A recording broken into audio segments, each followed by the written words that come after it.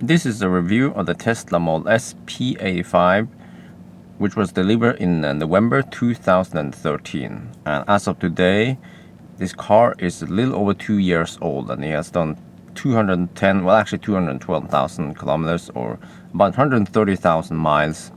Now, this part of the review will be about issues and repairs I have. So it's a pretty important review. So I made a presentation so I don't left out anything.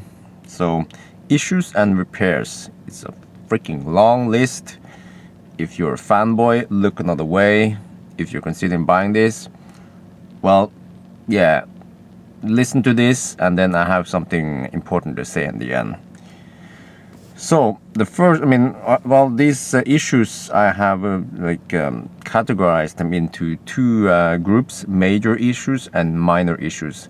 Major issues are like important issues that maybe makes the car unable to drive, or it's like a big disadvantage. It should be repaired as soon as possible. And I haven't done them in like chronological order or something. It's just random orders. But first one I will mention is the power switch failure, which is kind of severe. It is this car has a huge battery. It has a low voltage 12 volt circuit and a high voltage around 400 volt circuit, and the high voltage battery was the one with the problem. Now there was a power switch. It's a switch that failed. The whole battery didn't fail. That's very important. The battery was fine. It was in good health, everything, but it's just one small component that failed, and that made the whole car unable to drive. So Tesla could have fixed the power switch, which they did in newer revisions, but for some reason they changed the whole battery for me. So that happened at 86,000 kilometers, which is over 1 year ago. And since then, the car battery has been running just fine. I have a separate episode. If you look at the road trip video, episode 13, I made a video about the whole incident, how I was rescued and all that, and yeah. So that was the first issue. Second issue happened recently. Well, actually, yeah, but it happened after almost 2 years, like 180,000 kilometers something. And that was a master charger failure. So this car is equipped with dual chargers. They are located under the back seats here. 2 chargers, 11 kilowatt each. One of them, the master charger, failed. So the car wasn't able to charge at least from AC. I didn't try on DC because Tesla, they fixed it during the day. So that was fine. But the master charger is also kind of severe because luckily for me, I was just, home around Oslo when it happened. If I was on a trip, like on a cabin or something, stuck out there, I could be stuck out there. Because then I needed to use the charger. But at least if you're around a quick charger, then you don't use the onboard chargers. They will just bypass it, and then I assume that would have worked. But it's still very severe failure. Okay, the third one is CAN bus error. That also made the car unable to drive. Well, okay, the previous one, actually, the charger, you could still drive the car, but eventually you need to charge it. So yeah, but anyway, the CAN bus error made the car unable to drive, and I had to be rescued by a truck.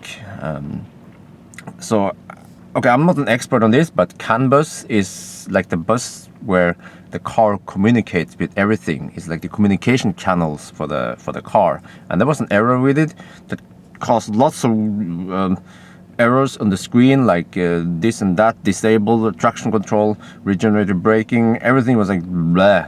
Yeah, so they took it to the service center and then fixed it during the day.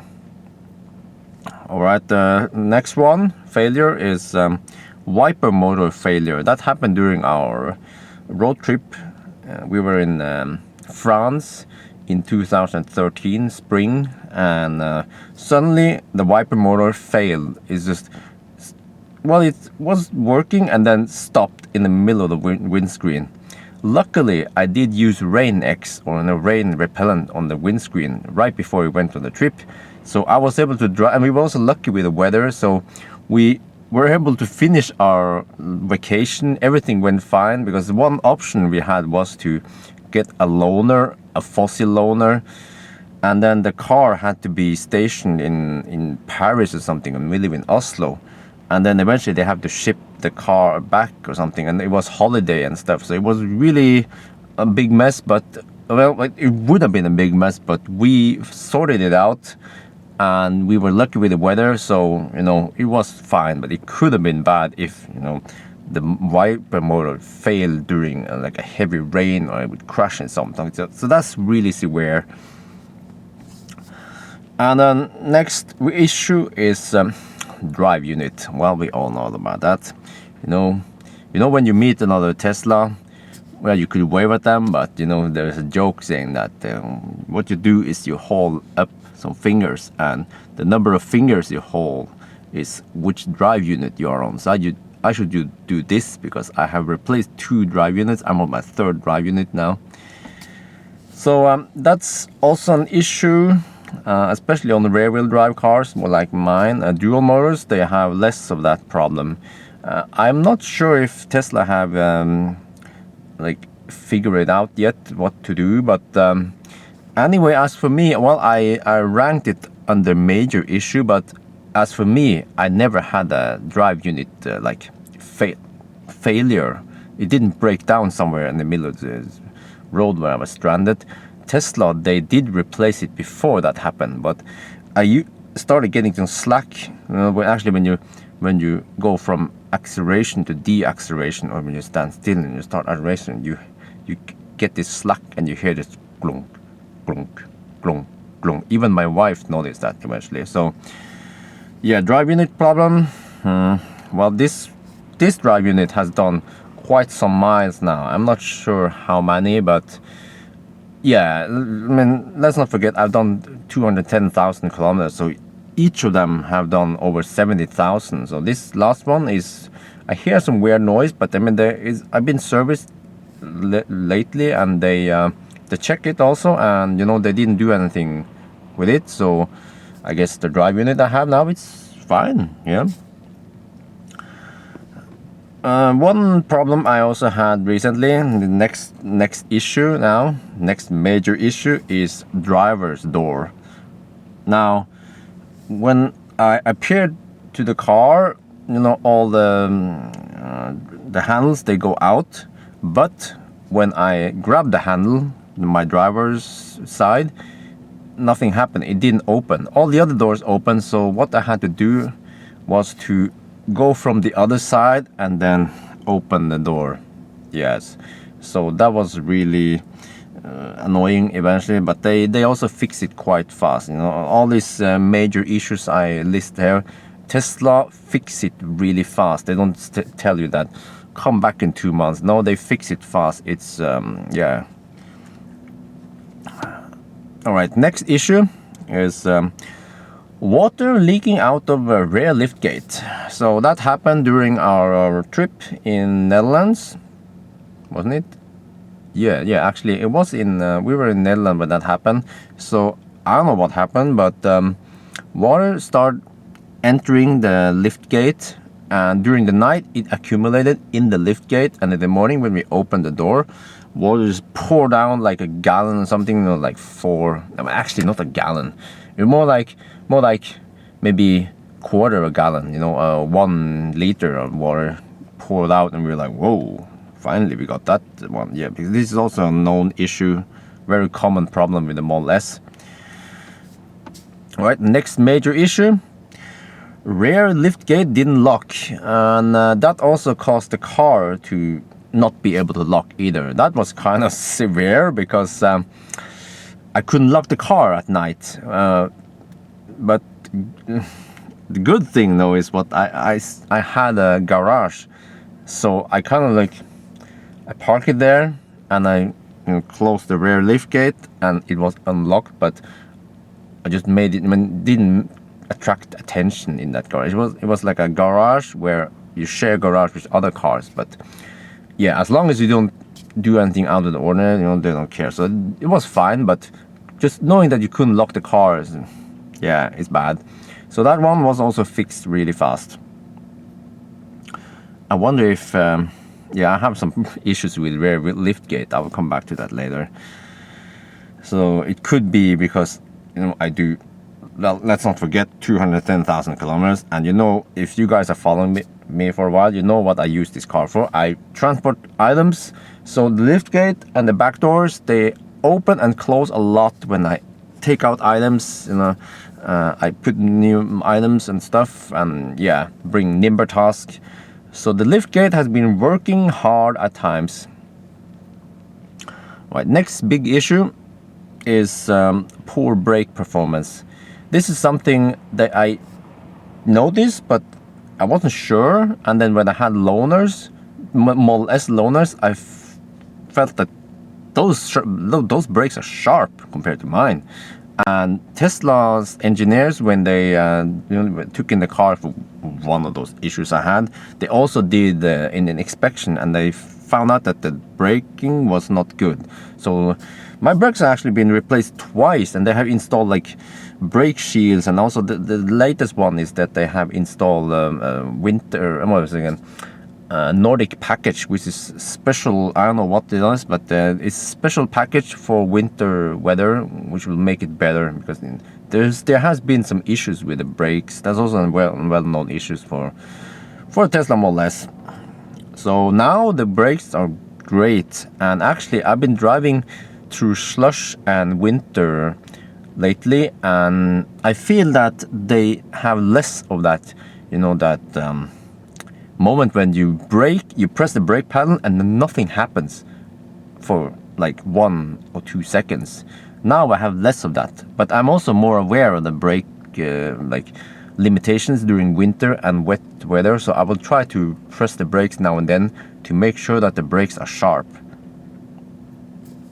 Alright, next issue is DAB radio making static noise. This is also a known issue for Model S, earlier Model S. So they replaced it in one of the services. I mean, one of the times I've been at the service center. I didn't ask for it, but you know, it's a common feature. I mean, common error. So they actually replaced one component for the DAB receiver or something. But I didn't listen too much to DAB, so it wasn't a big issue for me. But I mean, it could have been like a major big issue for other people.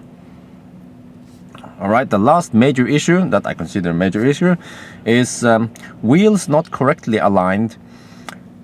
There was some disalignment with the front wheels and also the back wheels, I believe, that caused uneven wear on tires. And also not only that, but well, the car has been in and out trying to fix this issue, and not only did I get uneven wear, and also wear, like, wore them faster because there was a wrong camber and toe in, toe out the value on the tires, but also made the car unstable. Yeah, very unstable at times, especially at high speed on the highway, like I'm doing 120, 150 kilometers per hour. So that was fixed eventually. Yeah, I don't know what Tesla did, but yeah, it's actually still a problem for some cars nowadays. I hear about it on Facebook and the forums, but so yes. All right, now moving on to the minor issues. So again, the minor issues, I consider them as, you know, you can still drive the car and it doesn't matter. Okay, fix it within a couple of months would be fine, you know. So first minor issue is the 17-inch screen. They call it the MCU, the media control unit. That one was replaced sometime in 2014. And the reason for that was that I got a error message in the dashboard saying, I don't remember what it was, but there was an error message. And Tesla found out that the MCU has an SD card, you know, just same SD card that you use on your camera or mobile phone or something, and it couldn't write to the SD card, so they had to replace the whole MCU. But that was done under warranty. Actually, what I'm saying now about all the issues, the minor and the major issues, all of them are done under warranty. I haven't paid a single Norwegian crown for it. Yeah. Next minor issue is squeaking in suspension. That came quite early. It actually came after like 5 months of use, and I was kind of, yeah, the noise was like almost embarrassing. You know, you buy a car that costs a lot, and every time you go over a bump, speed bump especially, you heard this yeah. So they fixed it. Yeah, it was, I don't know, it was a ball joint or something, and it's been fine since then. Right, next minor issue is rattling from the interior. I have also been in and out of the service center with rattling. This is again also a very common problem among the old cars. I'm not sure about the new cars. In my opinion, I mean, in my impression when I tried the new cars, either loaner or, you know, when I test drive like the P85D or something, is that it has less of this. So again, let me remind you, my car is early model, new 2013 is one of the early birds. So there was some rattling from the back, and also some rattling from the dashboard, yeah, around there. It's been fixed, most of it, but I still have some rattling. So it came to the point where I'm like, whatever, I mean, yeah, there will be some rattling there.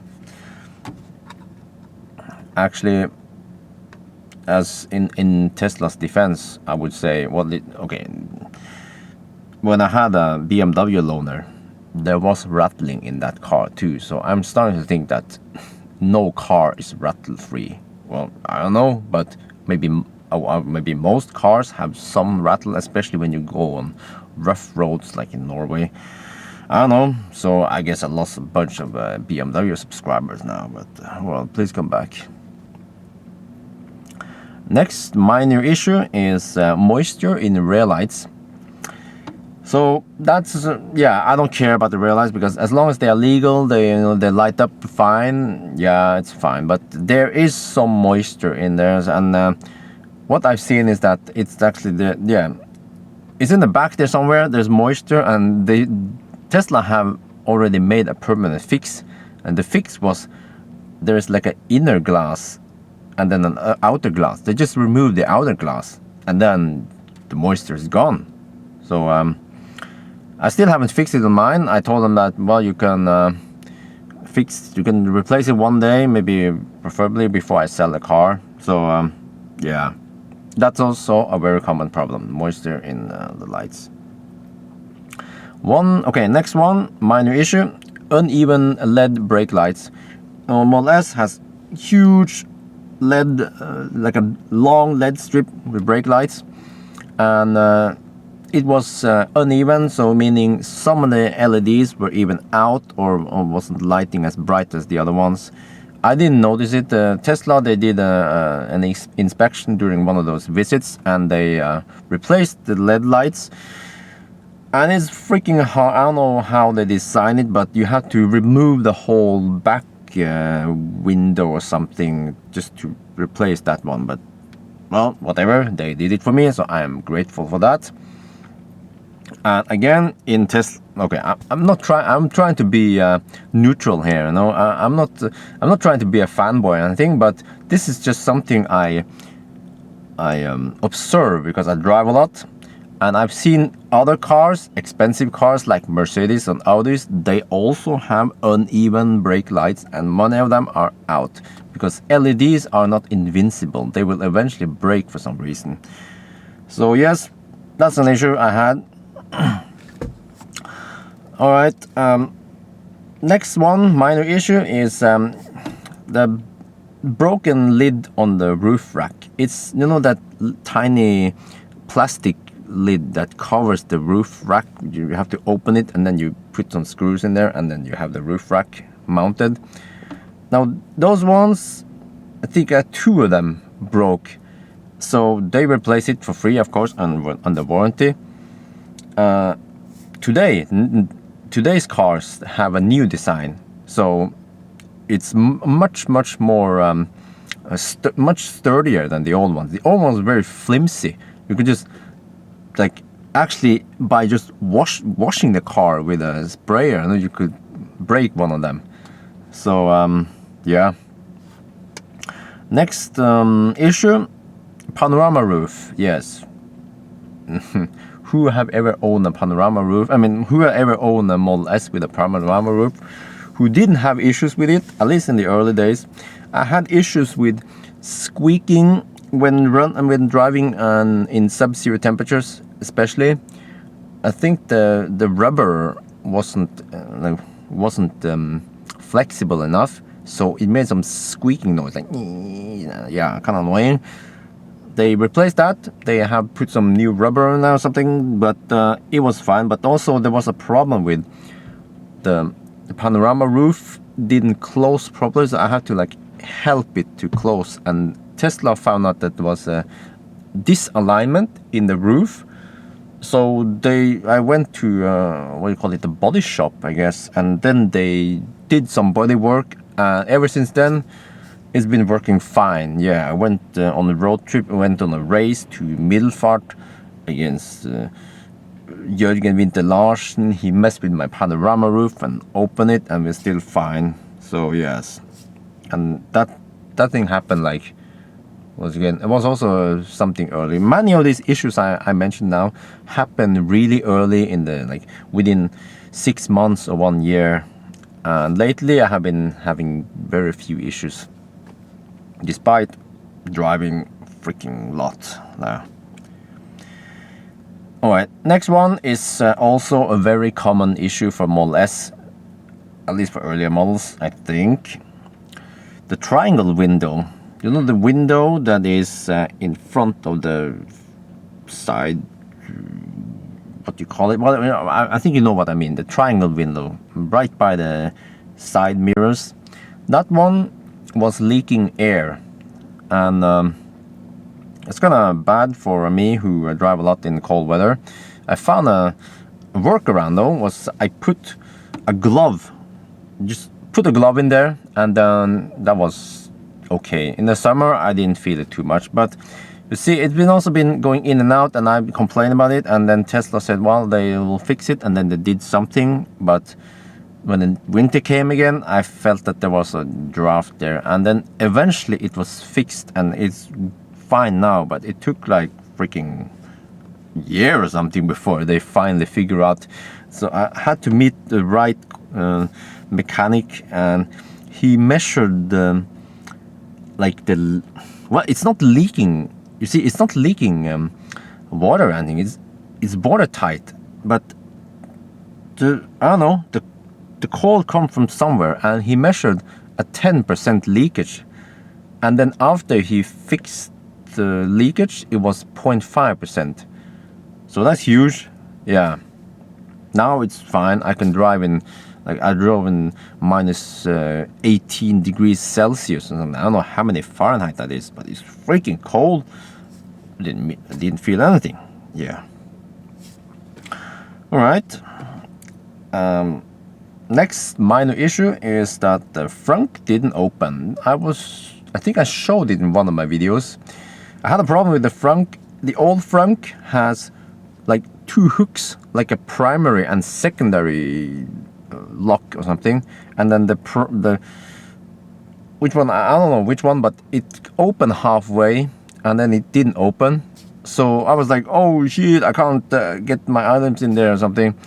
But yeah, Tesla, they put some extra grease in it, and I don't know if they align it something, and it's been working fine since then. But from time to time the lock will not open fully. But I learned this afterwards, because I'm a noob, that it's a way for it. I mean, you have to feel under the hood, and then there's like a switch where you can open it.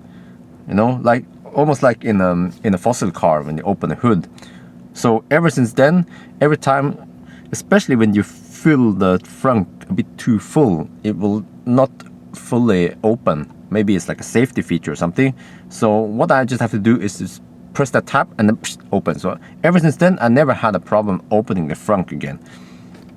On newer cars, there's not two hooks but just one hook. And also it is much easier on newer cars to close the front, because on the old car you have to hold two hands like on each side of the Tesla T, and then press it gently with some force. Now my wife is too light, so she can't actually close the front, so you need to have some kind of pressure on the front to close it. But on the newer fronts there's only one hook, and I hear some kind of mechanic and like electronic lock or something that locks the front when I push it down. So it's been improved on new cars. All right, minor issues, more of that. You know when the door handles extend, if you have what it was called tech package on the old days, I think now it's called premium interior package or something. I'm not sure, I'm not too updated with those equipment. But anyway, you know, you have lights on the door handles. Well, on mine I only had lights on the two front. The two rear ones was out, and I thought it was like that until I had a loaner, and like, whoa, that's cool, you have lights on the rears also. I thought it was a new feature. No, it was not a new feature. My car was broken, so they fixed it, of course, for free. Now I have lights in all four door handles. Awesome. All right, more of the rear liftgate. You know, I told you I've been punishing it a lot. The rear liftgate made some noise during opening and closing. It was like, you know, it's supposed to be like quiet, and then was like, and then yeah. So that's also something that my wife noticed. So they replaced something, the motor or something, the struts, I guess they call it, and ever since then it's been fine. All right, more liftgate issues. That button when you press the liftgate to close it, that one was like, often it was stuck in this position where, okay, you know it has, if you press it once it will close. If you like open it halfway and then hold down the button, it will save the position. So when it was open and I just press it like that and then you know, do something else, the button got stuck, and then instead of closing it would try to remember that top position, and we were like, did it something, yeah. So I don't know, they put some grease there, and then it's been working fine since then. That was like over a year ago or something, really long ago. I almost remember, almost forgot about it. Yeah. All right, next minor issue is side mirror corrosion. That's a common issue that they have been, yeah, earlier cars had a problem that there was some corrosion between aluminium and steel, I think. I'm not an expert on materials, but there was a corrosion there, and that caused some, I don't know, there was like strips of these materials that reacted with each other, and then every time you wash the car or something, there will be strips dripping all down from the side mirrors. So it's not pretty. I think you can actually see it on my earlier videos and pictures. So they replaced that, fixed it, and the side mirrors have been working fine since then. That was also like a year ago. Newer cars, of course, don't have that issue. All right, where in the list I am now? It's so freaking long. Okay. All right.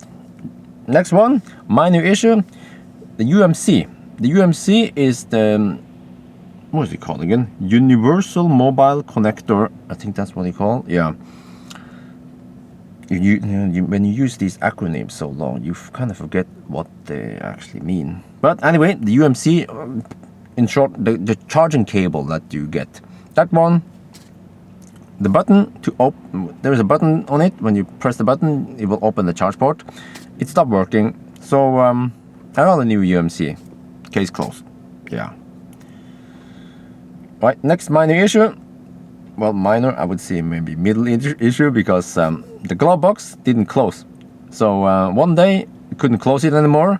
It was just hanging there, open. It was always open. It was a bit embarrassing because I was gonna show some co-workers, show off my car to them, And then they were like, what? Why is the glove box open? I'm getting it fixed soon, yeah. So Tesla, they took it again, fixed it under warranty. And I didn't wait too long, actually, even though I couldn't, I mean, it wasn't any critical issue. But yeah, they replaced the whole glove box for me. I actually think the new one has slightly smaller size, but well, again, the glove box has been working fine since then. Now, this one, next minor issue is something I don't remember. It was so long ago, but yeah, there was a kind of loud, not too loud, but there was like a noticeable fan noise coming from behind the big screen, the MCU. And Tesla took it in, they investigated, and they replaced something. I think they call it the IC cluster or something behind there. Yeah, they did something, and then it's been working fine since then. That was so long ago that I can't remember. It must have been like a year and a half ago or something. Right, next one is the sun visor hinge. What I should show you maybe, but yeah, let me actually show you. This one I can show you. So hold on, okay, just have to put on stabilizer. All right. Okay. So you see here, this one. This design is very, very flimsy. A good thing is Model X is just they have a sliding door instead. But this one was broken twice. First it was broken on this side, and then it was broken on this side. So I don't know if they have redesigned it or not. Probably not. So yeah, I don't know. But again, it was fixed under warranty, and yeah. Is it good? It's good. Yeah. Right. That was pretty much all the issues I had. And again, you know, my car was old school, had lots of issues. Many of the new cars don't have it. So yeah. All right. And next thing I should mention is repairs. What did I actually repair this car? Not much. The front windshield has been replaced twice, and that was due to gravel hitting the front windshield, and then it made a crack. So yeah, welcome to Norway. Those 2 times that they were replaced happened during winter, about 1 year between. So, and thankfully I have insurance, so that covers the freaking windscreen, because it would have been like 1,500 euros or something to replace it, because I also have heated wipers, and yeah, so that's expensive. But I only had to pay like 250 euros or dollars because I have insurance. Yeah, so that's good. The second repair I had was damaged rims. I ran over something, a pothole or whatever. Yeah, welcome to Norway. And it yeah, and then the rim on each side, on the rear side, was damaged. So one of them were replaced. I could probably have repaired it. The front one was repaired, so that cost me some 4,000 NOK, which is about 450 euros or dollars or something. Yeah.